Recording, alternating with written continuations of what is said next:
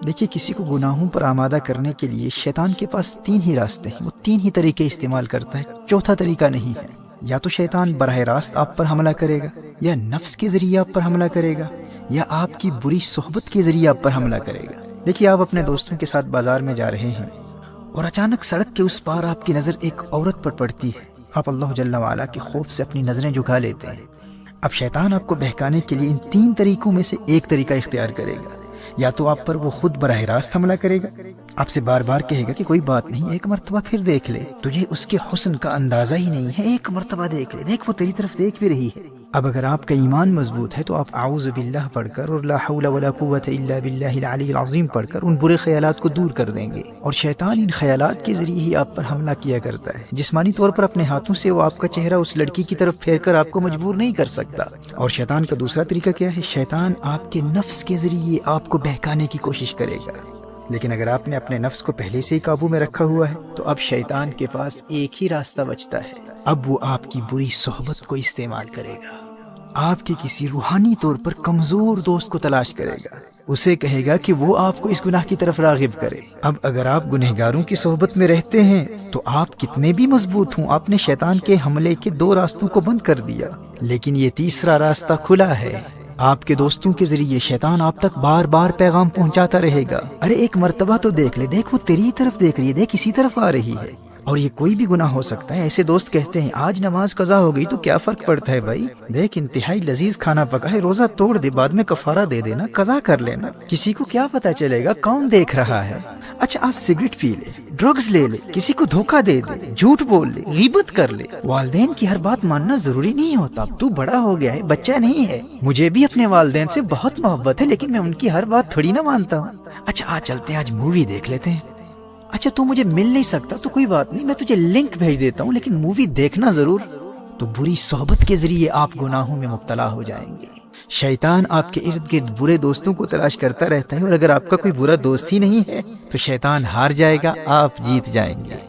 محترم احبہ، آپ کے لیے خوشخبری یہ ہے کہ رمضان المبارک میں اگر حالت ایمان میں آپ صرف اس ایک دشمن سے بچتے رہے نا، بری صحبت سے خود کو بچا لیا، تو اللہ جل وعلا آپ کو گناہوں سے پاک بھی کر دے گا اور جنت بھی عطا کر دے گا۔ نبی کریم صلی اللہ علیہ وآلہ وسلم نے ارشاد فرمایا رمضان میں شیطان کو قید کر دیا جاتا ہے، صفدت الشیاطین۔ آپ کا پہلا بڑا دشمن بند ہے، شیطان خود بے بس ہے، وہ کچھ بھی نہیں کر سکتا، اور دوسرا دشمن آپ کا نفس ہے، نفس۔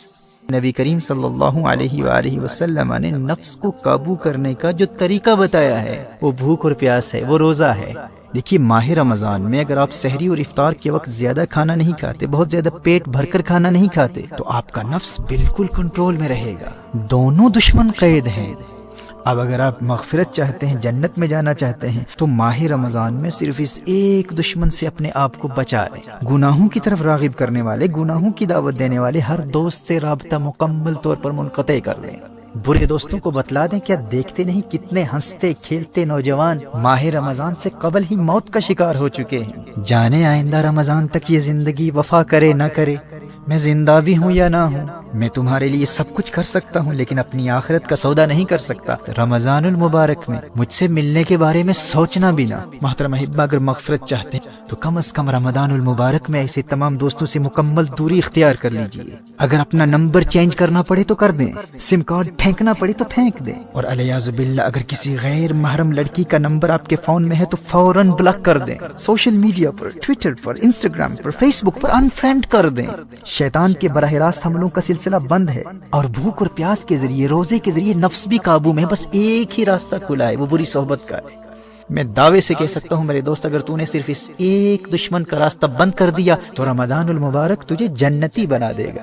شیطان کے پاس فقط 3 ہتھیار ہیں، 2 بند ہیں، ایک کو تو نے بند کرنا ہے۔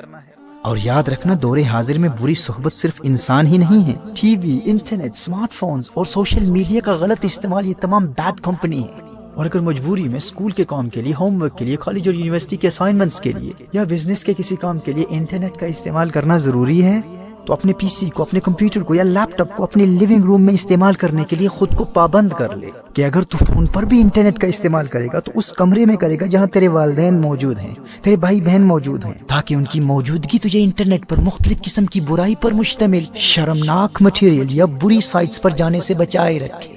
اور اگر جہنم کی آگ سے بچنے اور جنت کے حصول کے لیے تو یہ ایک کام بھی نہیں کر سکتا، خود کو بری صحبت سے نہیں بچا سکتا، اور اس خوش فہمی میں ہے کہ مفت ہی میں جنت مل جائے گی، تو اللہ کی رحمت کا مذاق اڑا کر اپنا ایمان برباد کرنے والے اللہ کا کلام سن لے۔ تو کیا سمجھتا ہے کہ اللہ آخرت میں انصاف نہیں کرے گا؟ تو نے جنت کو اتنا سستا سمجھ رکھا ہے؟ اللہ قرآن میں ارشاد فرماتا ہے، ام حسب الذین اجترحوا السیئات ان نجعلهم كالذین آمنوا وعملوا الصالحات سواء محیاهم ومماتهم ساء ما يحکمون۔ سورہ جاسیہ میں ارشاد فرمایا، کیا جنہوں نے برائیوں کا ارتکاب کیا یہ سمجھتے ہیں کہ ہم انہیں ان جیسا کر دیں گے جو ایمان لائے اور اچھے کام کیے؟ یعنی جو جنت نیک لوگوں کے لیے، وہ جنت یوں ہی مفت میں بے ایمانوں اور گنہگاروں کو بھی عطا کر دے۔ فرمایا ساء ما یحکمون، کیا ہی برا حکم لگاتے ہیں۔